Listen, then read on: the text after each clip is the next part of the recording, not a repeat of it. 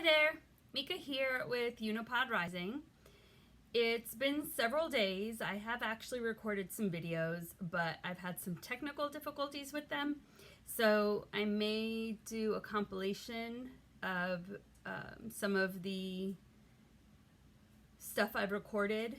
Just take snippets out that are useful because some of it is dated and especially with a new update won't really be very relevant. So last week, I went to see Kirk Wednesday, Thursday, and Friday. We had some shifts in the plan. We were going to do the definitive socket last week, but he had a machine that died.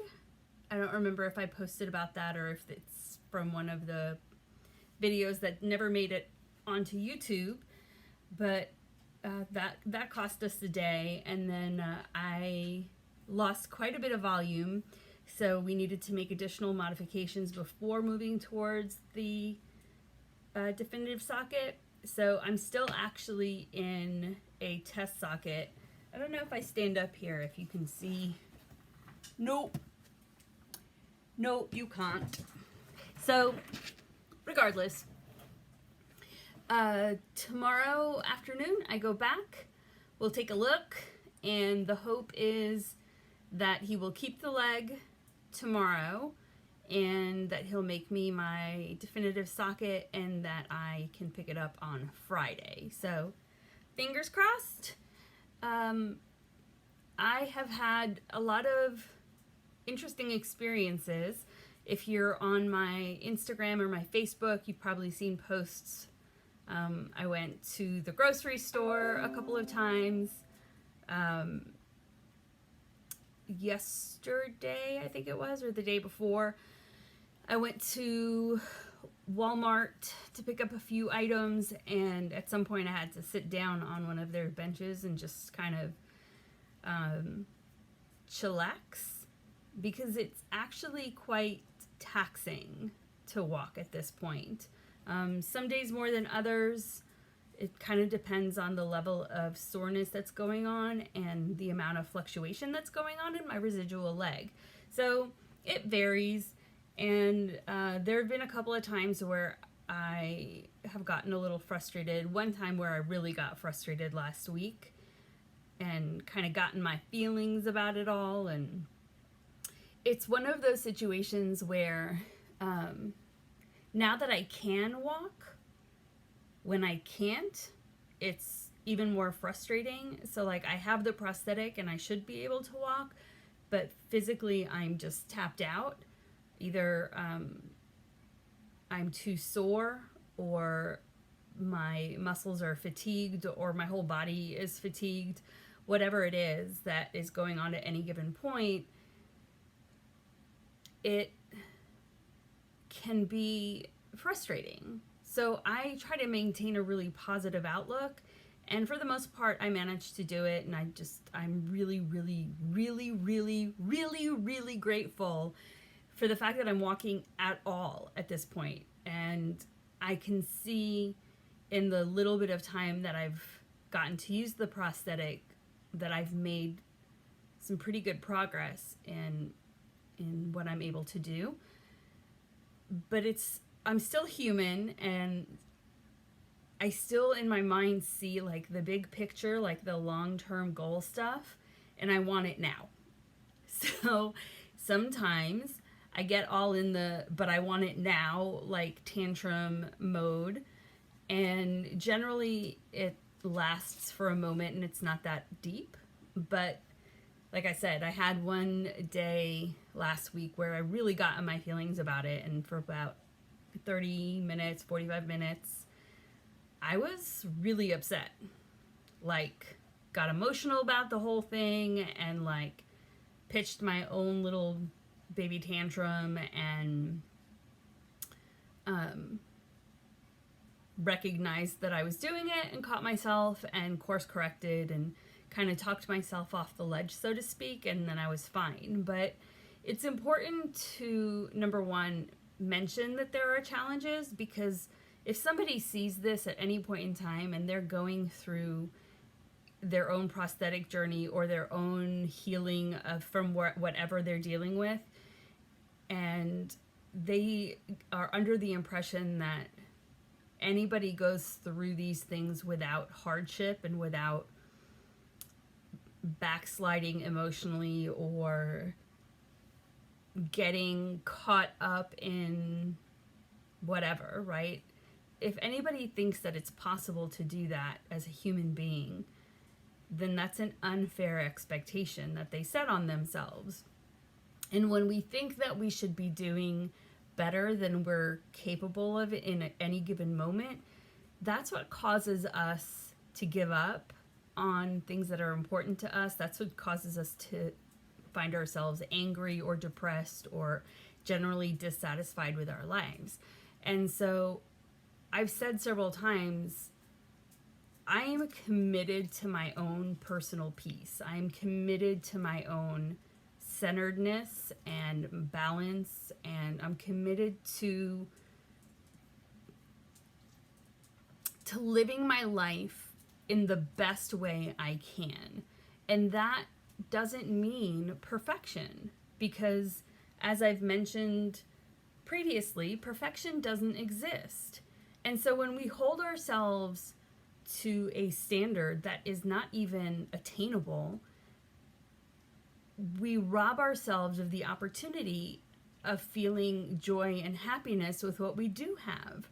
And it's enough to be progressing. We don't have to be at the end of whatever journey that we're currently on in order to be happy. We can be on the journey. We can even be in an unpleasant portion of the journey and still find appreciation for the experience. Because if you consider it this way, when you are dedicated to evolving as a human being, to being a better version of yourself consistently, right? And always working for more, for better, you have to accept a few things. Number one, your yesterday is inherently going to be a lesser version of yourself than your today, most days. And that's the actual goal. So you can't look at yourself in the past and berate yourself and judge yourself and say mean things like, I was so X, Y, or Z, right? I was so dumb then, I was so whatever. You weren't. You were where you were. You had the experience you needed to have to learn a lesson. Did you learn a lesson? Awesome. If you learned a lesson, then you did exactly what you were supposed to. When we make mistakes, we don't need to justify our humanness. We make mistakes.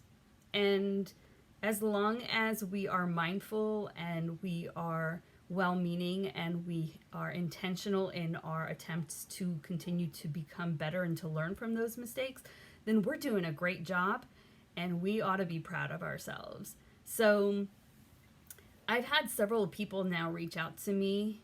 It's interesting because I haven't even been doing this a month, and part of me feels like I've been doing it for a while. But there are people who have reached out to me who are coming through or have gone through different types of struggles with depression or other mental health issues, with chronic pain issues, with trauma from their past, all kinds of things that people have been dealing with or have not been dealing with and are trying to learn how to deal with. And the one thing I think is consistent with all the different people that I've talked to, not just over the course of the last few weeks, but historically, I've always kind of been the person who people call for advice or at least a sounding board. And so what I've seen consistently in all of us is that we feel the need to judge ourselves all along the way. And we don't tend to give ourselves an awful lot of compassion we're not as kind to ourselves as we are to others. There are a lot of things about us as humans, a lot of gifts that we offer to others that we deny ourselves. And then we wonder why we're not able to grow in a happy and positive way. We create this environment, or maybe we didn't even create it. Maybe somebody else created it when we were young, and we've lived in it for so long that we've just carried it through. And we've accepted other people's misinformed ideas of what's right and what's wrong. We've allowed those things to create barriers to our own happiness. At some point,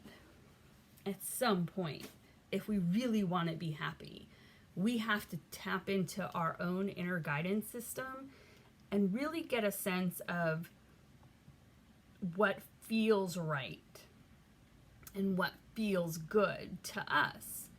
And we need to foster those things in ourselves without berating or judging ourselves for having lived under the misguided ideas that we were taught, or misguided ideas that we developed ourselves. Because it's not like we always come to the right conclusion. Sometimes we don't have enough information until we get further down the road.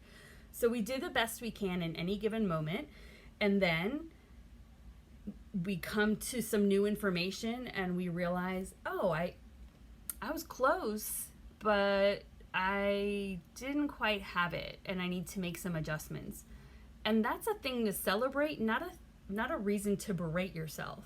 And you may even come to the conclusion that you were completely off base. Like, I really thought X, Y, and Z was the way things are. And from all the evidence I've compiled, when I've really stepped back and looked at things, I don't believe any of that is true. And there's nothing wrong with that either. So take some time, understand what's important to you, look within, find your own guidance. Stop being mean to yourself. Seriously. Be nice. You need to be your own best friend.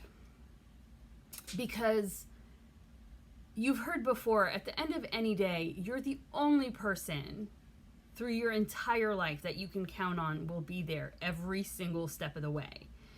And so you've got to know that you have your own back. And if every time you make a mistake, you are awful to yourself, then who are you going to turn to? Who are you going to turn to? If you're the only person you can always count on and you're always mean to yourself, then what? So set a better environment for yourself. Be kind to yourself. Be compassionate. Think of how you would want a mentor to talk to you, and then talk to your self, your developing self, in that way. So when you come across something in yourself that you want to amend, look at it without judgment, assess what needs to change. If you need to figure out where it came from in order to root it out, do that. Talk to somebody if you need to, but for goodness sakes, be nice. Just be nice. Be nice. Children, be nice to one another and yourselves. I think that's all I have for today. I don't think I said very much about the prosthetic stuff, but I feel like all of that needed to be said because I'm getting a lot of feedback and hearing from a lot of you that you are going through some struggles, and some of those struggles are struggles that are still part of my experience, maybe in a different way. And some of those struggles are things that I have come to a better place with. And so hopefully I'm able to offer you some perspective that allows you to make a shift for yourself so that you can be kind and you can be happy and you can enjoy everything that is coming through in your life and that you can even appreciate the difficulties, because those are the things that teach you whatever it is you need to be able to kind of advance to the next level. And even if it's stuff from the past, even if it's things that you think that you dealt with before, think of it this way. This is how I explain it to people. As we grow, right? Think of yourself not as growing and expanding necessarily in size, but as ascending to a higher level of consciousness, to a higher level of awareness, to a better view, a higher perspective, right? If you're sitting high atop the mountain, you can really see what's going on all around you, right? And so as you get further up, you get a better vantage point of everything. And the higher you go, the more deeply you can delve into the things that have kind of stuck in your subconscious and maybe thrown a wrench in your experience. So if you find that something you think you have dealt with already comes back up, don't judge it. It's coming back up for a reason. And the fact that you now have a higher vantage point, a higher perspective, a better view, is going to allow you to deal with it in a way that you weren't capable of previously, because you did not have that same viewpoint. So it's not bad. In fact, it's a sign that you have grown and you are ascending, and that you are capable of dealing with things at a level beyond what you were capable of dealing with before. So rewire the scripting in your mind from, what is wrong with me? Why is this coming back up? I've dealt with this a million times. When is it going to be over? Take that out and say, okay, well, I didn't see that one coming back up, but here it is. So I definitely have more clarity than I have in the past. So let's take a look at this and see what it is that I need to root out to get this even cleaner, so that I can move forward more freely. And if I come across it someday in the future, that's fine, but I'm going to clean it up to the extent that I am capable of seeing it now. I just feel like that's a kinder and healthier way to approach it, especially because it's clear to me that this is a universal experience with all people. So just a thought. As always, I'm open to your feedback, comments, questions, concerns, complaints, critiques, whatever. But regardless, thank you for hanging out with me for a little while, and thank you for your support and for following the channel. If you haven't already subscribed, please do so. That's something that's helpful for me. And if you have comments, again, that's another great way to support the channel, is by leaving comments. You can leave questions and I'll come back and answer them in a future video. Thank you. Have a wonderful, wonderful night, day, week, year, life, everything. Just enjoy life, because that's what we're here for. Deuces.